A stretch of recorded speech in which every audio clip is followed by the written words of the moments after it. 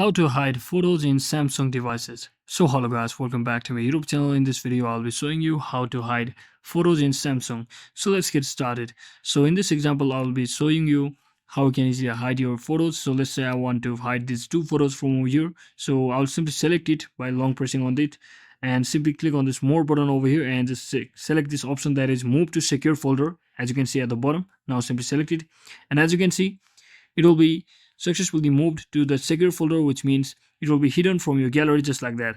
And you can always access your secured folder by simply clicking on the source bar or just finding or locating the secured folder just like this. And for you to access your secured folder, you must set up some kind of security password or patron or pin. So in this case I'll simply enter my patron, and as you can see my current patron has been set. And once you successfully signed or set your password, you can just reopen that secure folder and can see all of the photos returning. So as you can see, it's come back to my gallery. So that is it for today guys. Thanks for watching. Don't forget to like and subscribe to the channel. See you on the next one.